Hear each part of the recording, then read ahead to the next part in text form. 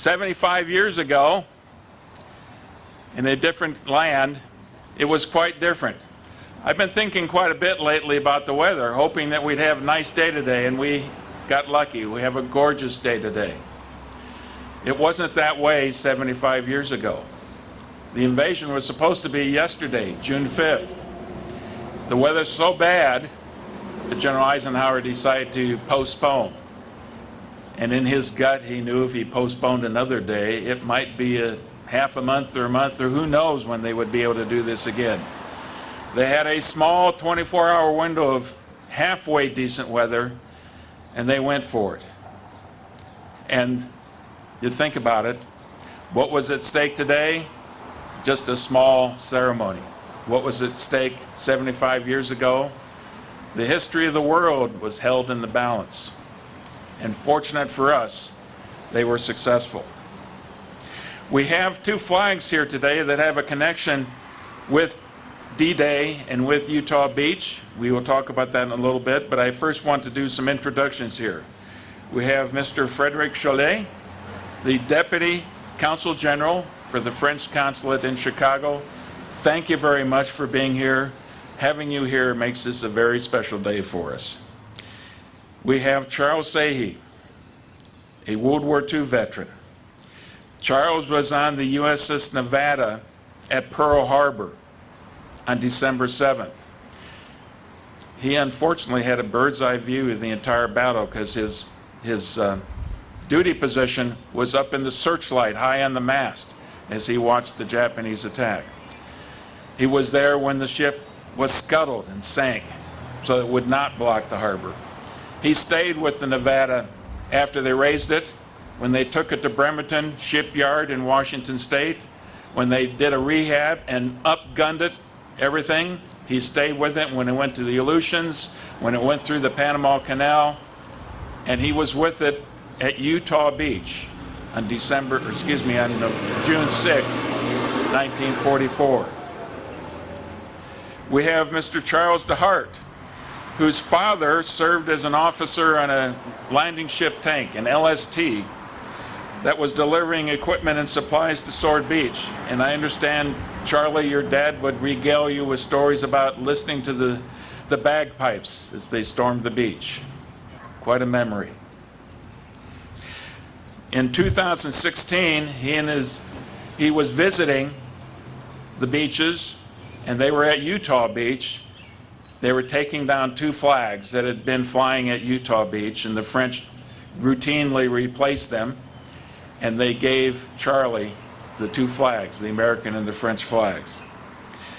We have next Alan Lowe, our director of the Abraham Lincoln Presidential Library and Museum. And I want to echo the comments that he made last night. He mentioned that France, he reminded us that France was our first ally. They were our ally during the Revolutionary War. And in part it is because of them that we had our independence, that we have our independence today. So, 75 years ago, we were able to repay that debt to the French people. The 75th anniversary of the D-Day landings and the Battle of Normandy is of exceptional significance for all of us.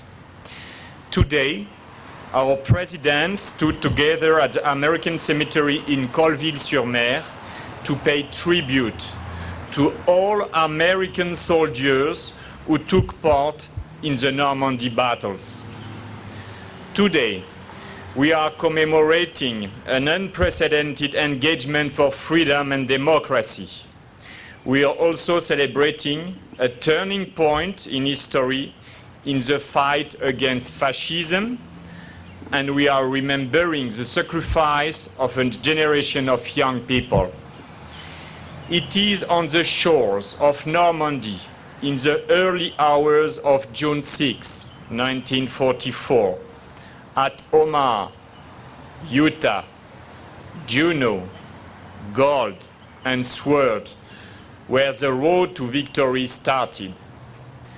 Hundreds of thousands of young soldiers, airmen, and sailors, like Mr. C, who is here with us, engaged into the common goal of restoring peace and justice to a continent.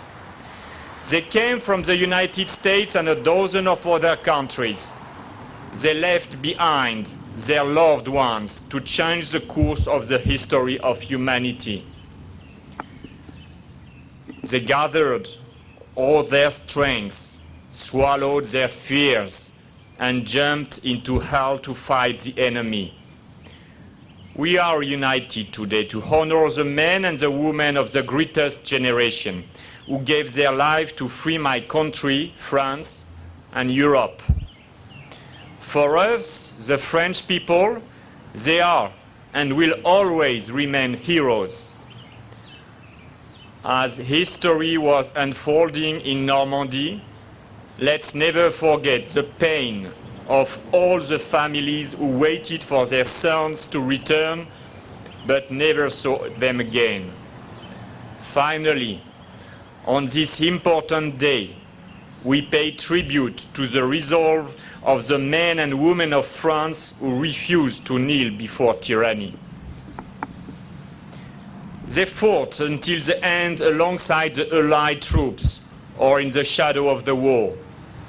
We will always be grateful for the sacrifice of our American friends.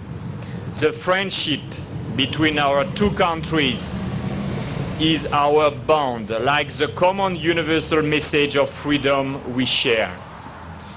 You helped us remain an independent country, just like a century and a half before France helped you win your independence. Each time we needed to defend freedom and democracy, France and the United States have always stood together. Our friendship must remain strong in today's world of conflicts and new threats. D-Day is a force in our history. It brought solidarity between the people. D-Day built the path to a united and peaceful Europe.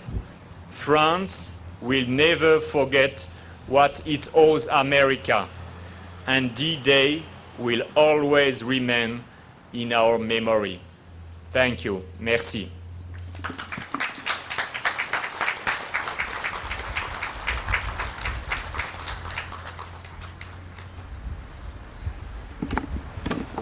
Thank you very much for those stirring words and reminders of our partnership across the centuries.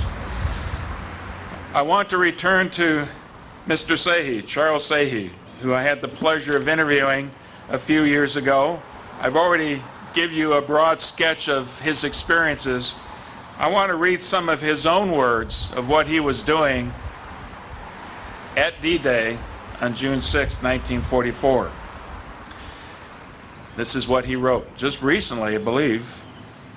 75 years ago, the battleship USS Nevada lay at anchor off the beaches of its assignment, Utah Beach, Normandy, France, at 0530 hours, June 6, 1944.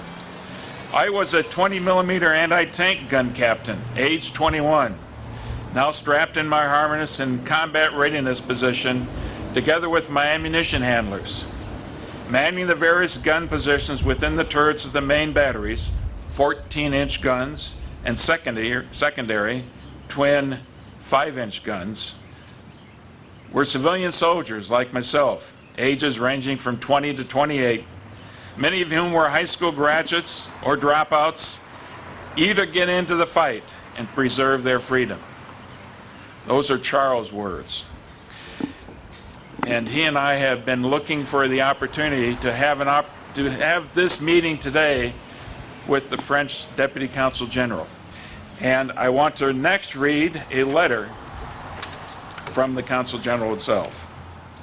To Charles T. Sehi, dear Mr. Sehi, on behalf of France, I would like to express my deepest gratitude to you, Mr. Charles Sehi, and to the gallant crewmen of the USS Nevada for your exemplary service on this pivotal day in history 75 years ago.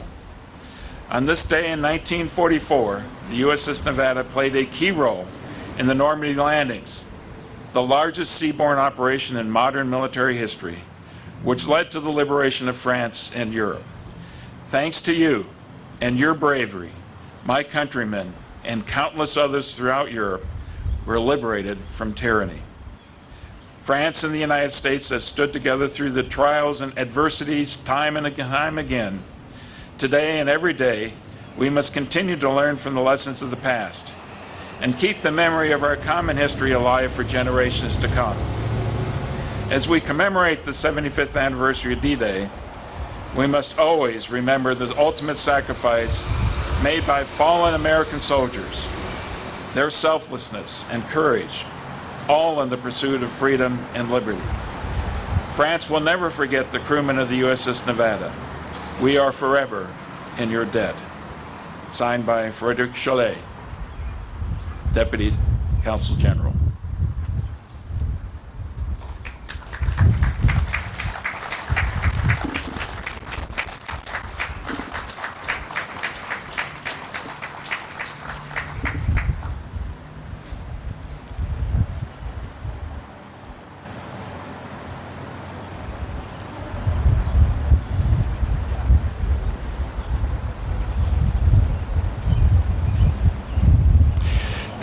Thank you for being here, ladies and gentlemen. That concludes our ceremony. We hope you stick around for the ribbon cutting at 10 o'clock. Thank you again.